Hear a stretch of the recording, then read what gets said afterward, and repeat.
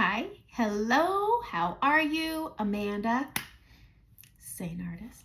I'm gonna do my favorite eyeshadow combo with a fall twist. I'm gonna use our favorite, I'm calling it our favorite. It is one of my most popular looks. It is the Sunset Eyes look, and I'm going to use Waltz with it as a way of taking a wonderful summer look and transitioning into fall. Because we are getting into fall. I mean, all the fall clothes are coming out and we can't find a single summer thing, but we are gonna do Sunset Eyes with a fall twist. If you're watching this, that means it looks really good. And I love starting videos that way because playing with eyeshadows is the most fun. And so here, I'm gonna show you that palette. I didn't show you the palette. So here it is. So I've got my Leo and my Mija. Those are the two colors that create the Sunset Eye look. I've hit 10, I clearly like them. I have Waltz, and then I've been playing with Unicorn with Waltz, and it just gives it almost a glaze, and it's really pretty. Okay, we're gonna go in with my favorite Singen's Shadow Sense in the color Candlelight. There is a link in the description. Everybody always asks for it. And again, I use my BK Beauty Brush 203 to blend this out. I think the oils of my fingers break down the ingredients in the Shadow Sense, and then my eyeshadows, I've noticed, will crease when I'm trying to quickly tap it out with my finger. And well, nobody likes it when their eyeshadows crease. I'm going to use my setting powder to set this. You can use whatever you want, Paris, Mama, Pup, Cupcake, whatever you want. I'm just going to use my setting powder, mainly because I want to use Paris, but it didn't fit in my palette floor. All right, so setting it, I'm keeping it pretty light because I do feel like it can make my eyelids look too light, especially now that I have a tan. But here we go. I just love this Sunset Eyes look. It's something when I get to do in-persons, and I haven't gotten to do a big in-person in a long time, this is a highly requested one. Okay, I'm gonna go in and I'm gonna be using the smudge brush. I'm gonna tap really lightly into Unicorn, and I'm gonna pop this up here, and I'm gonna really smash it out because I want it to just be a subtle shimmer up there. I would normally use Drift, but I don't like when I have a bunch of, like, everybody wants a nice simple look. And I talk about my Sunset Eyes look enough that I feel like quite a few of you already have it. Honestly, if you have Havana, if you have Leo, if you have Butterscotch, maybe even Zion, add Mija, creates the sunset look. It's really, really pretty. Okay, I'm gonna go in on let's go in on the bigger end. I'm gonna grab some Leo first, and we are gonna keep this really high up. I'm keeping this really high, not to the brow, but doggone close, but I'm keeping this on my brow bone. I have hooded eyes, and for those of you who think I don't, let me just turn this eye. I'm not changing anything, but this bad boy droops more than it seems, especially from the side. So I bring this color up and out pretty high to give the illusion that I don't have a hooded eye. Grabbing some more, we're gonna go over here. I'm gonna pop this on, and again, I love doing my eyeshadow first because if there's ever fallout, it's just gonna mix into my creams. It's gonna make my under eyes look darker than they are, more mature than they are. And so we're just gonna add this right up here, just like this. I think the Sunset Eyes is so good for so many different, I mean, you can use it as an everyday look, but it's great on the weekends, great for a date night, great for a barbecue, a vineyard, anything. It's so, so pretty. And it's meant to be a transition color, but with a kick. Okay, I'm gonna keep with this big end, I'm gonna go into Mija. This is also a foster care foundation color. I don't get paid diddly squat when you buy this color because 100% of the proceeds go to families of foster care. So just so you know, I'm not trying to make a dollar because I won't even make a penny. Anyways, grabbing that pink color. Where is it? There it is. And we're gonna go just at the base of that Leo, which is pretty much at the bottom of that brow bone. And this is where it creates that sunset look. Real pretty. All right, keeping it down and into the crease. Look at how pretty that is. It gives a lift to the eye, and it's so good. You don't rub in a lot. This is one that's quite pigmented. We're gonna go to that base of that brow bone again, and we're just pushing that across and over super lightly. Just kind of staying above the crease at the base so that that Leo peekaboos out. And then pulling it out past that outer corner, like so. It's Stunning. Okay, I'm going to switch to the small end. This is where we're going to give the fall twist.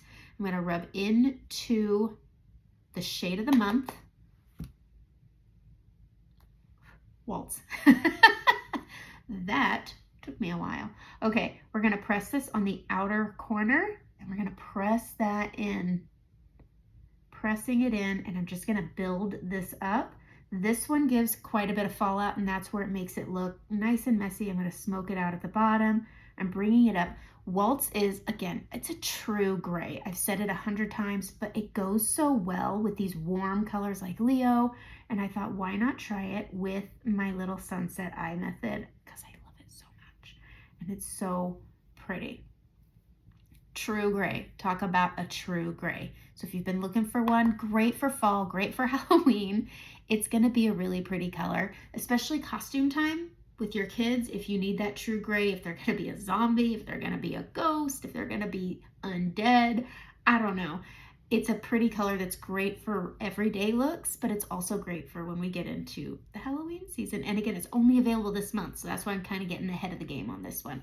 All right, pressing that waltz on the outer corner again. I always come out past my outer corner, pushing it up and over and in. And then I'm going to take, going under, boom, boom, boom. And I get quite a bit of fallout down here. There's quite a bit of fallout. I'm going to grab some unicorn with my finger. So I use the brush on the brow bone, makes it super thin, fine, sheer. Using my finger, punches it up. And I'm going to start on the inner part between the mid and the inner corner, going right between those two. And then I just kind of buff it in to make it light. It's light. This opens up the eye, especially if you have mature eyes. Putting more on my finger, going between that mid and inner corner, and then buffing it in again. Buffing it in again. It's just, it gives it kind of a glaze, and I love that. Okay, grabbing Maybelline.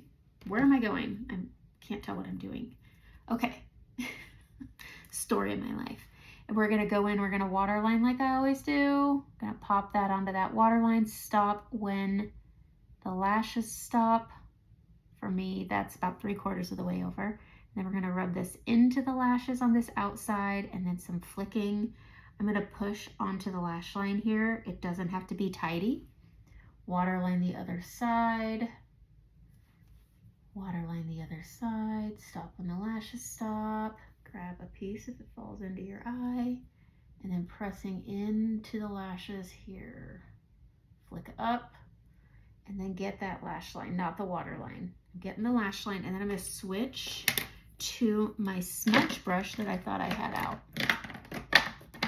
I'm going to try to do this moderately quickly before things get to setting. Mother trucker, where'd it go? Ah, there we go. Okay, and then I'm just going to use this short end. I'm not loading anything on, and I'm just going to smash out this little lash line here and clean up this inner corner that I didn't do ahead of time. And ta-da, just flicking in, smoking it out before it fully sets. There we go. Yeah, there we go. All right, grabbing my mascara. Here, I didn't prep. Barely prep. Barely ever prep, we know that. Okay, grabbing my mascara. I use Bare Minerals Lashtopia. It is my favorite. And we're just gonna wiggle at the root and pull. I didn't do my eyeliner, so we're gonna do it backwards. So we're gonna grab some eyeliner here in a minute. But wiggling at the root and pulling it up because I really like fullness at the base of my lashes. That's my name of the game, getting that lower lash line. I'm gonna stop because I forgot to highlight. Stila Stay All Day, doing the dark side. I don't know why I got this one. I'm just too lazy to return it, and it's too late now.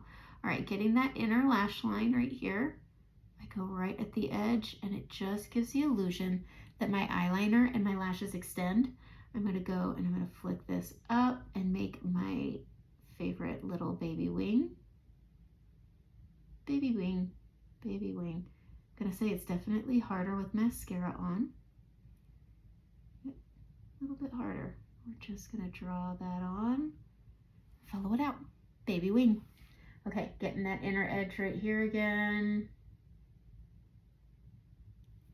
Flicking this up. I kind of go straight up because once I rest my eyes, it settles it out because I'm hooded. And I have what sounds so gross as excess skin. I don't have all the injections that give all the lift.